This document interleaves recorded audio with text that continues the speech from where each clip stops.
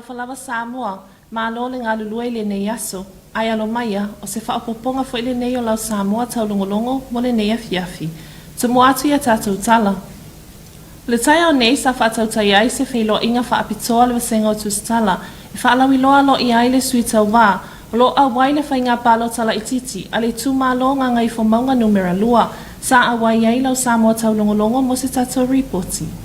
O lea so sa awai ai lau Samoa taulongolongo i se whiloa inga whaapitoa, al wasenga o tūstala ma se itasio sui tau wā tūto atasi, o lo sa auni mo le palo tala i titi, a le tū malo ngā ngai fo maunga numera lua, o le aunga le nei whaatasinga ne ia whaalawi loa loa i ai le sui tau wā, le asa auni atu mo le palo tala i titi e uni. Sa maua le awanoa e whaasoa mai ai le awhionga ia whale saupule vai a lea Yosua, e tu sa ai fo i mana ta pinanga o iai nei, a wale whae ngā palo ta olo manei. Ai o le langona ma le manatu. O le nei tae au. Ia e te lea tae au ai le lau tae au. O le wha moe ina ia tala loa ia, ma wha lau i loa lo sui tau wā, tutu atasi.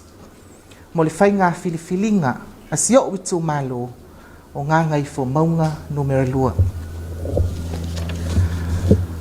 Ia o Samoa wa umanu tofi. O le tangata malona tupuanga, o le tangata fo i malona whaasinumanga.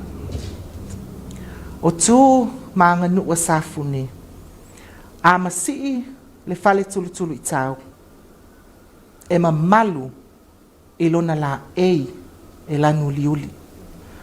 O le nei tae au, ia o le au tau moli mawina. Le lanu liuli, i lona whaawinga, o le saili ngā malo, a sāfune, i ana upu e whai, tū maanga nuu, ai maisi anga i whanua. E whape nā se langona o le nei tae au, ma le tape nanga o le nei wha moe. O le nei fo i tae au, ua manatu e whaailo ai, se anawa tau, po se manu lau tia lo sui tau wā. Wau tau whaafafonga, ia ma sila fia foi, ia nau ta inga, a nisi o sui tau wā, peitai. O le moe mitinga, ma si au nau ta inga, e whaavai, i se tamai foi upu lava lea, o a inga, Olo ave fo ile fa moa le sui tau wā i amanoa tutusa. Te tawana maua i tangata uma, ele ngata ilea, au le soifua malolo ina le lei, o le isi lea wā e ngata aua, mo se a inga ma se nu umanuia. Sasau no fo i fale sao pule, na ia lo fangiele i tu malo le whainga palota, o le filifilinga lava ia o lewa na sauni, ma ua sauni a fo i le atua le tangata o le apale mai, ai olona nau ta inga, ne ia so o le fau ma le fau, le ngata fo i lea, a ia tino maila na anawa tau, o a inga manu umanuia, manuia le alo ato le tu malo ila na whainga filifilinga, le afana nai se kone mo lau Samoa taulongolongo. O se wa ainga le nei wa iai le wha amai te tono si o tātou watu nuu, i se ripoti lata mai matanga luenga soifua malo loina.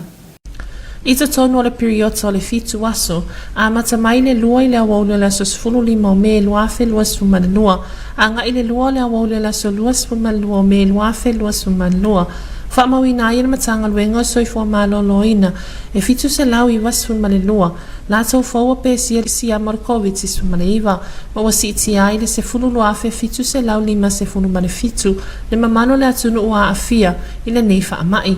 O le au fai o ewa pe si o lo mafuri lawa i upolu nei, tusa male se fulu afe fitu se lau iwa se fulu male lua.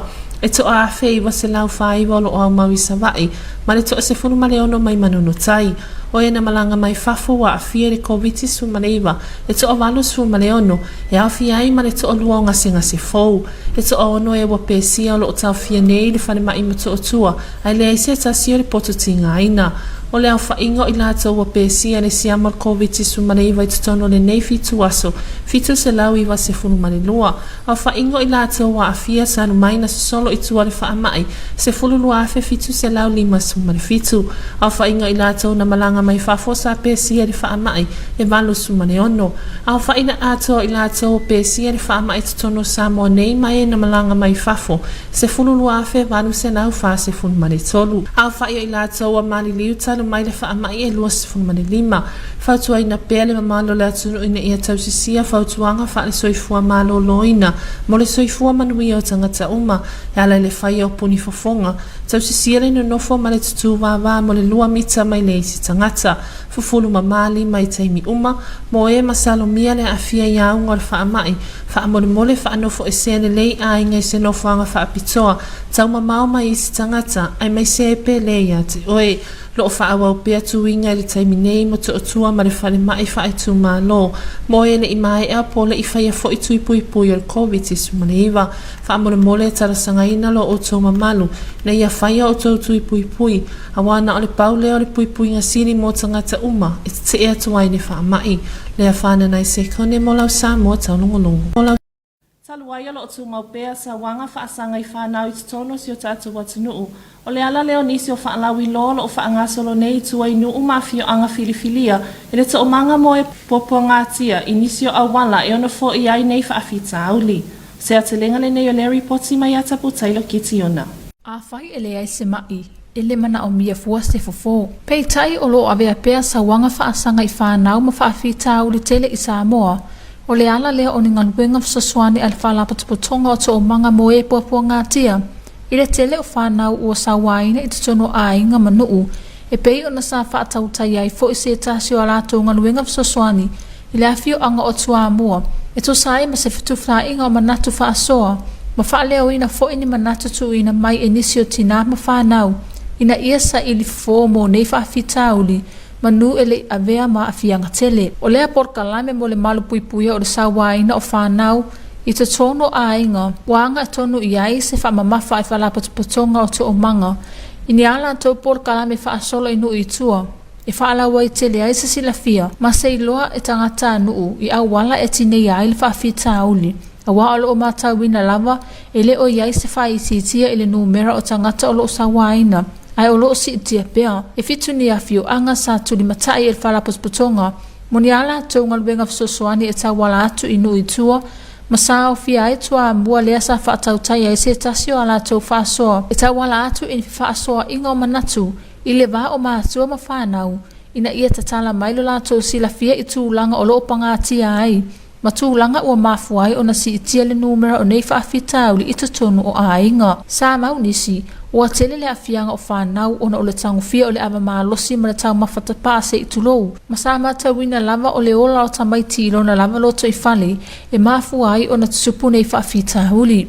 E lata ele lima sifulu matua ma tupulanga talavou mai tua mua, o loo whaawawina lava le awai I nei porkalame I masina ta itasi, tauru mai tau sanga ua tea, o nei porkalame e au ngā tele mo matua, la toi te toi tō manatu ai I awala maa la fua sa la tō fausia. E sama vali ai a la tō whanau a oiti, la tō wola se ia mātutua, o le tele o mātua ua le mawhaia le tō tele o whanau. Ona e mafua mai I le lava o se taimi ma whanau, ai mai se o le tō la fua ai o tamaiti mai uai I nā afia la haiti o langa. O nei porkalame mo le puipuinga o whanau I tono Samoa, o se ngaluenga o so tau awai le whalapotopotonga o le tō manga moe popo ngatia. Manise whalapotopotonga whaafaipa anga e au fia I UNICEF al Pasifika talo mai le lua fesfulima. Taptailo kiti ona, mo lau Samoa Taulogologo. Samoa se waainga le nei lau talo le tau mo le ponei ma le aso atai au. E toi whatalo whatu Samoa mai monga le tula le fiafi as whapoponga le nei lau talo le tau. Whatuanga mo ngā sami lo whaamaru sia bea mo ngā sami umale atu nuu. Wainga le tatelite o lauli nei o se wainga wa mawalalo o lo ofiti ai pia le tu nuu. Hata whaafanu al tau o savile whiololo whaasole na malo sin tau polo lo a afia I pia Samoa. Mai a afia iau mati uini sa taimi. Tala tau mo wainga o mo Samoa po nei e iai timo po ini se wainga e whiololo na malo sa savile na tau polo whata o tau ini sa taimi. Mo le stofia la tau ulua wasala I timo mai whiololo na malo sa savile ini sa taimi. Tala tau mo ngā sami pōnei o sa vilam tau polo ngal tō o loa tōlu sunga 5 kilometer I tūla mai whata o tau ini se taimi. O ngā luma au mai 2.5 ngā tōlu mitel ma walungai o ngā sami mātu.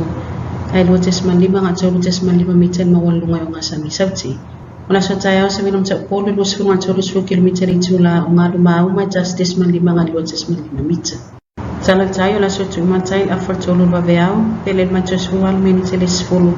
Suatu itu 10 minute fale fiafi untuk pele ele non tai tasi minute 10 po. Wala so ela tau to 10 minute fitu fa mama toi for 5 minute te ele ono le fiafi. Masa report ele non tau Samoa le nia fiafi session fa poponga le so tau. Manuel poto fa soifu. Ole a faia sina tatou malolonga po mo nisi o whaasalalanga whaapisinisi o na toe taliu mai lea mo ngangana whaaperitania. Your TV2 News will be right back after this short commercial break.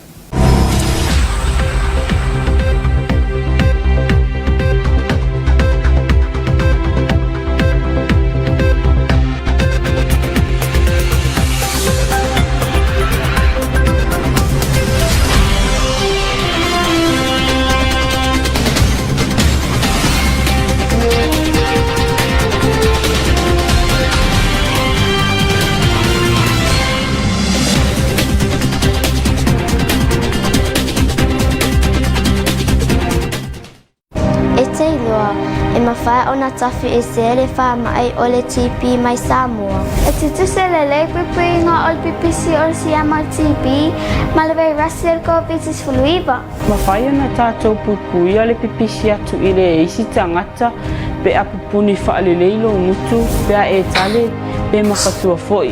Fa nga le leise solo mama e tale pe makatua iai ma awole fian solo. Tatou ngalu doi fatasi. E pupuia tatou uma mai le TP mal covitis fluiva. E fai ngō fie ma tau ngō fie puinga na ilo tonga fitinga.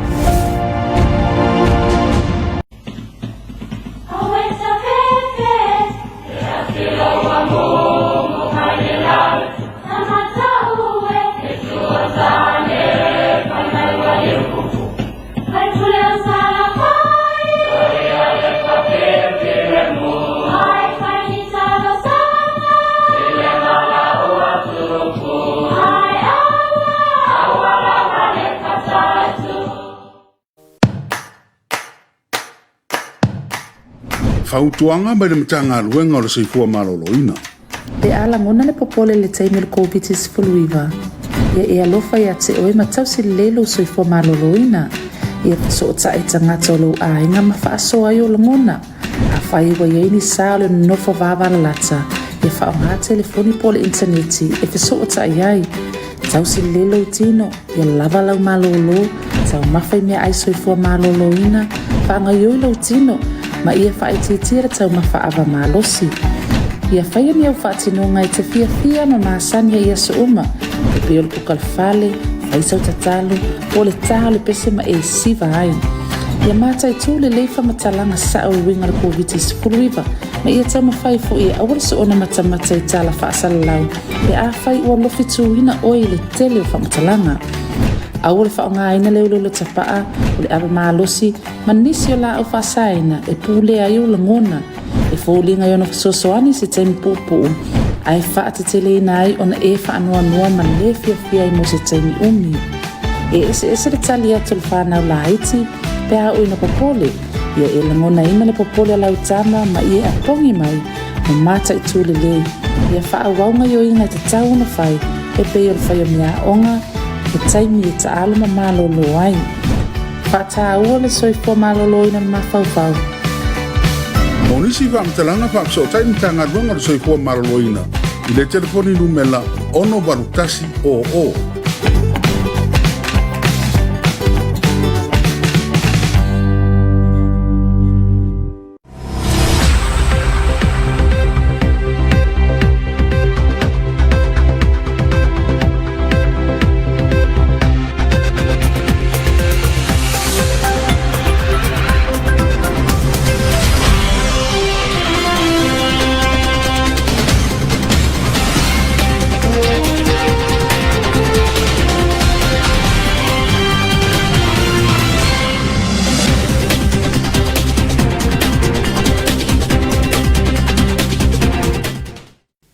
Samoa, here's an edition of your TV2 News for this evening. Leading our bulletin, a press conference was held today to officially announce the candidates for Ngangai Fumaunga No. 2's upcoming by-election in June, who's running as an individual candidate. Here's more on this report. A press conference was held today at the Lava Hotel in Songi to officially announce one of the candidates running as an individual for the upcoming Ngangai Fomanga No. 2's by-election in June. Falesau Pule today in his speech highlighted some important activities and developments that he is planning to do for the Ngangai Fomanga No. 2's district. He stated that his concern and also a target that he is looking forward to reach is the well-being of everyone, not only that but social inequality and so much more. Falesau Pule also stated that God has already chosen who's going to win the seat for Ngangai Fomanga No. 2, but deep in his heart he's putting all his effort to put his family, his village, church and district his first priority to make sure everyone is in good living. Leafana Naisekone for your TV2 News. Here's a latest situational report for COVID-19 in our community. A 7-day period situational report for COVID-19 in Samoa, commencing from 2 p.m. 15th May to 2 p.m. 22nd May 2022. The report confirmed 792 new positive cases. That leads of a total number of 12,757 community positive cases. The majority of community cases, 10,792, are based in Upolu, 1,949 cases in Savai, and 16 cases in Manonotai. COVID-19 cases at the port of entry is 86, including 2 new confirmed positive border cases. There are 6 cases currently at managed isolation at Motuotua Hospital. Cumulative number of COVID-19 positive cases in both border and community cases is 12,843. Cumulative number of COVID-19 related deaths since community transmission is 25.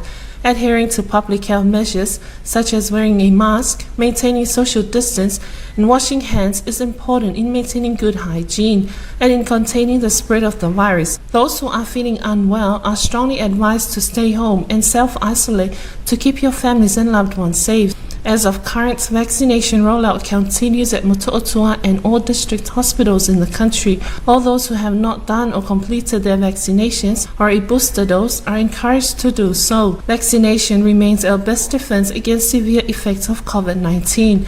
Leafana Naisekone for your TV2 News.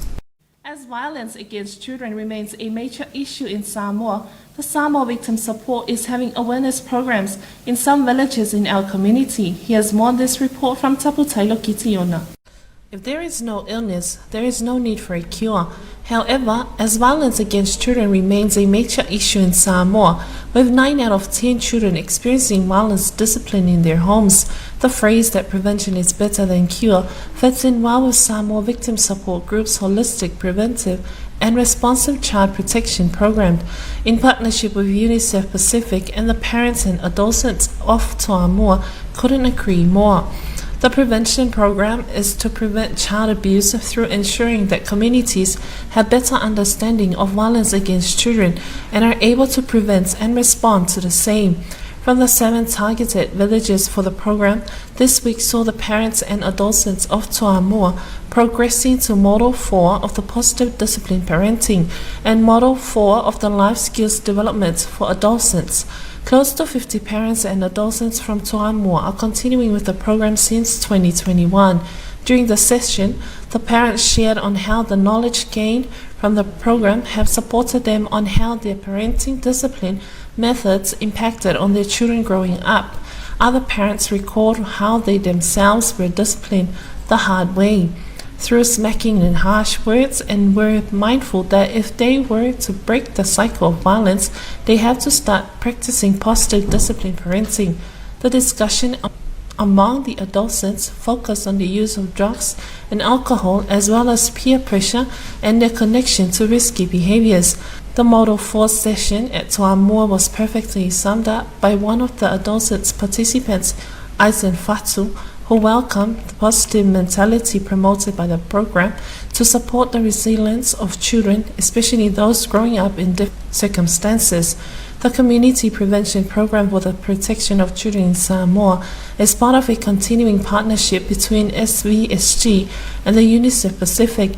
It is a partnership that started since 2015 and has extended to include capacity building for all SVSG's personnel on children protection and systems building with SVSG's part specifically on child protection case management. The 7 communities balloted for the 2021-2022 Community Prevention Program atoa mua fastotai fangali ilo atua nuu solo si umu and samalai ulu in Savai. Taputailo Kitiona for your TV2 News. Here's your weather forecast for tonight and tomorrow. Good evening, Samoa. Here is another update of your weather forecast for this evening. Marine advisory remains in effect for all marine waters.